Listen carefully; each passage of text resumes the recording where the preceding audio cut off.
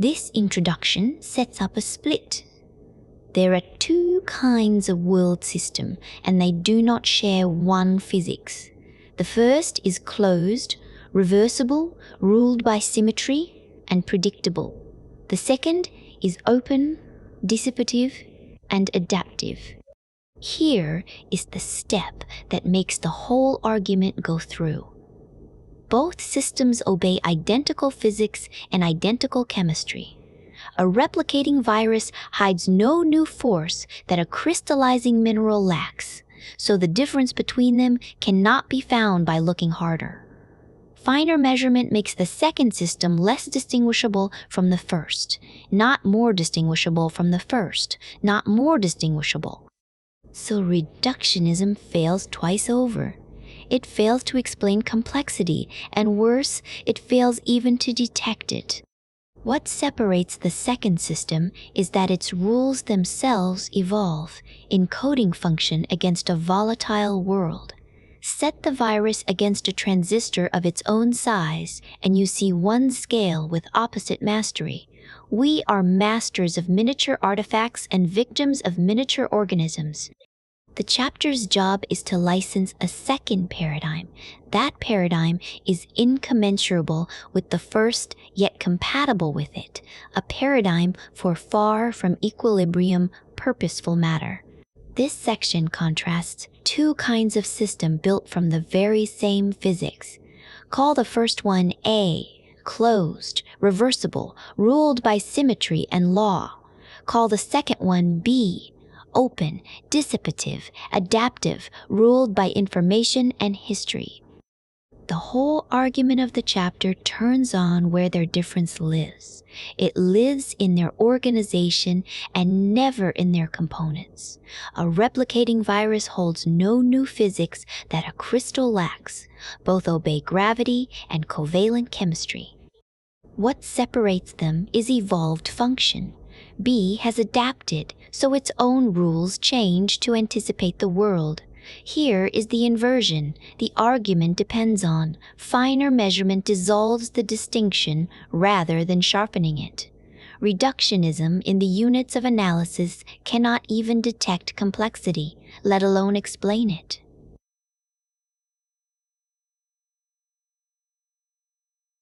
Complexity science is the science of B, of far from equilibrium, purposeful machines. This section explains what stands before complexity. Science, the ground. It grew from rather than a single moment. It began. A paradigm has no origin point. It has a basis. Before complexity, science existed as a field. The 19th century laid four independent threads: entropy, evolution, dynamics, and computation. Call them E, V, D, and C. Each was pursued for its own engine room problem: Carnot maximizing work, Darwin's selective filter, Maxwell's governor holding a steam engine's speed, Babbage's mill and store. None of them knew they were coordinates. The chapter's move is retroactive. Complexity is the spanning set. These four threads define, recognized only once someone stood far enough back to see one space. The pre-foundation is the reservoir of vectors before anyone named the space they span. The surprise is that the whole vocabulary of cost, control, and efficiency came from machines, from the engine room, rather than from physics. This section explains where a paradigm actually begins, and why you should look for threads rather than a miniature. A paradigm's root is never a smaller copy of itself. Its root is the set of separate threads whose later weaving becomes the paradigm. Complexity. Science has four such threads. Each was forged in the 19th century age of working matter: entropy, evolution, dynamics, computation. And each came from someone already straddling the line between machine and organism. The four are these: Carnot's engine, Darwin's selection as governor, Maxwell's demon and governors, and Babbage's engine. No single thread is complexity. Complexity is the spanning set that the 20th century built by connecting them. So read the word refoundation as substrate before reaction. It names four independent developments that only in retrospect aim at one unification. The generative move you keep is this: to find a field's origin. Hunt the threads, never the miniature. This section explains how the study of complexity defines itself and where its real identity lives. Watch the inherited column, not the definitions themselves. Every attempt to fix what complexity is, Wiener's feedback, Weaver's organized complexity, Holland's adaptive program, Gell-Mann's IDES keeps all prior concepts and adds exactly. One's IJUS keeps all prior concepts and adds exactly. So, the identity of the field is a ratchet. It is a monotone accumulation, an implicational scale where each entry entails its predecessors, rather than a winning definition selected from rivals. Here, Krakauer draws a cut. Separate the definitional projects from the foundational ones. Shannon and Turing are foundational ones. Shannon and Turing are foundational, yet they never characterize the domain itself. The chapter is the book's ontology, assembled by concatenation rather than convergence. The primitive it hands you is this: read any later definition as its ancestors, plus one new concept. This section explains why the number 3 is where predictable motion breaks. Take 3 masses pulling on each other by Newton's law, nothing more, and the orbits become unwritable. 2 bodies close into Kepler ellipses. Add 1, and the equations turn non-integrable. There is no closed-form future and no closed-form past. Poincaré's discovery in 1890 is that the law stays exactly deterministic while prediction dies. Trajectories starting a hair apart diverge without bound. This is the fracture the book is built on.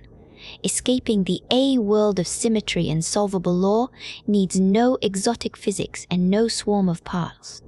3 is already enough. The unpredictability the adaptive world runs on begins as soon as counting reaches 3, well before physics reaches any edge.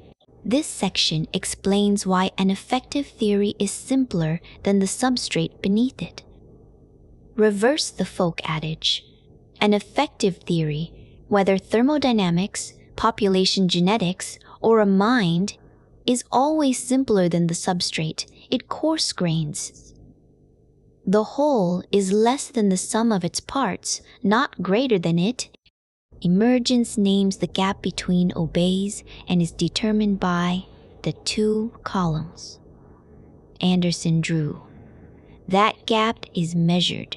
Each broken symmetry is one initial condition parameter that the fundamental laws surrender, so the most fundamental theory is the least parsimonious of all. Ammonia flips fast enough to stay symmetric. A sugar is frozen into one-handedness, and that frozen choice is the emergent degree of freedom, arising from no new physics at all. Emergence is compression, licensed by symmetry breaking. Count the broken symmetries and you have counted the emergence. This section explains why the whole is less than the sum of its parts, Krakauer's inversion of the tired adage, and that inversion is the entire chapter. An effective theory. Coarse grains, many microscopic degrees of freedom into the few that stay coherent through time. It is always more parsimonious than what it approximates. So the aggregate carries less information, not more. What reads as emergent surplus is bookkeeping. Each broken symmetry, counted by an order parameter, is one datum the fundamental theory must carry as an initial condition. This is why the most fundamental theory is the least parsimonious. Emergence is not part summing to a spooky excess. It is symmetry, lost under scaling. Effective and fundamental, relate by compatibility, never by derivation. This section explains why a complex system is understood through what it computes. A complex system that stores its own history and pursues a policy is explained by what it computes. That is the chapter's whole move. The material it is made of is not where the explanation lives. Dijkstra's cut names the pattern. Computation is the trajectory a system actually traces, the cooking. Algorithm is the logical specification guiding it, the recipe. Beneath both sits the physical implementation. These are Ma's 3 levels. This Dijkstra and Ma decomposition is the primitive. Once you hold it, every foundational paper reads the same way. Szilad's demon, a McCulloch and Pitt's neuron, Shannon's channel, and Turing's imitation game are one pattern seen at different substrates. Physics keeps matter and method apart. The decomposition deliberately shuffles that boundary because a purposeful mechanism refuses to sit on one side of it. This section explains why a purposeful structure splits into 3 strata rather than 2. Physics keeps matter and the analysis of matter cleanly apart. The world is out there, the theory is in here. That partition breaks the moment a structure becomes purposeful, encoding its own history and policy, adapting to its world. Such a thing factors into 3 strata, rather than 2. The physical trajectory, which is computation, the logical procedure specifying it, which is the algorithm, and the output it serves, which is the function. This is the Dijkstra and Ma decomposition. The chapter reads the whole lineage, from Maxwell's demon through to information geometry, under that single lens. The move that carries the argument is that the conceptual materials become as causally real as the matter. Computation stands level with physics, and at the limit, in Wheeler's phrase, it from bit, above it. This section closes the argument with a coda, rather than a result. The Kierkegaard title, flagged in EndNote 9, marked the register as deliberately subjective. It is a postscript about the dialectic of communication rather than a proof. Its single move is this. Complexity is the first science individuated by a symmetry regime rather than by its objects. Least action physics lives on conserved space-time symmetries. The complex world is everything. Those symmetries cannot reach self-organization and selection running on broken symmetries. From this one inversion, the rest follows. Physics and chemistry demote to auxiliary frameworks, and teleology, function, becomes primary. Predict the adjacent case. Any domain where the generative rule itself adapts belongs to the complex domain, whatever its material. This final section is a coda, and it inverts the usual reduction hierarchy.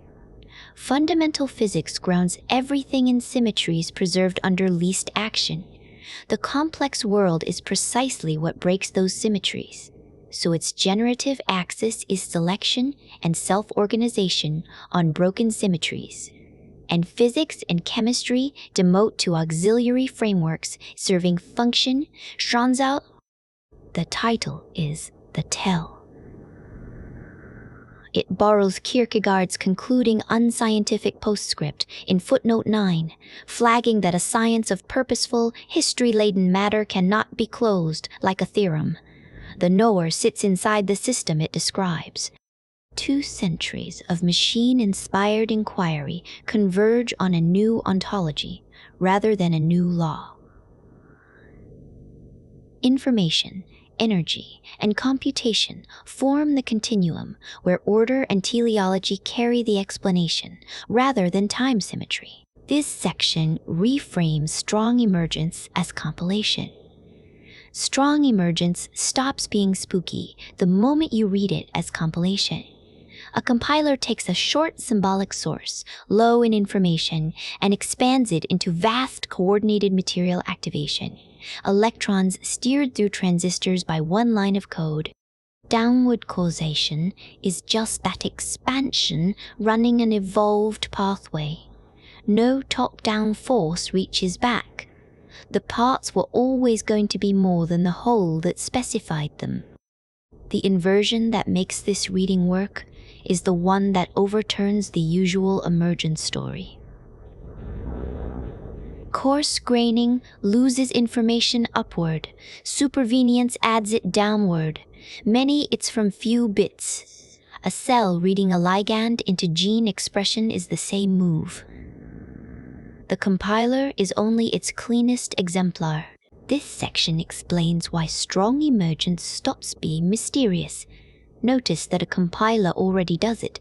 Downward causation is a low-dimensional symbolic source commanding high-dimensional matter, and what it performs is programmed information expansion. The information is not lost on the way down, it is generated. A score becomes an orchestra. Calculus becomes a rocket. The slogan is many its from few bits. The generative move inverts the coarse graining reflex, the initial whole is less than the sum of its final parts, and an evolve channel supplies the remainder deterministically. A cell reading a ligand and a compiler mapping tokens to registers are the same act. Emergence needed no new physics, only a pathway that manufactures its own downstream causal structure, top, down, without magic.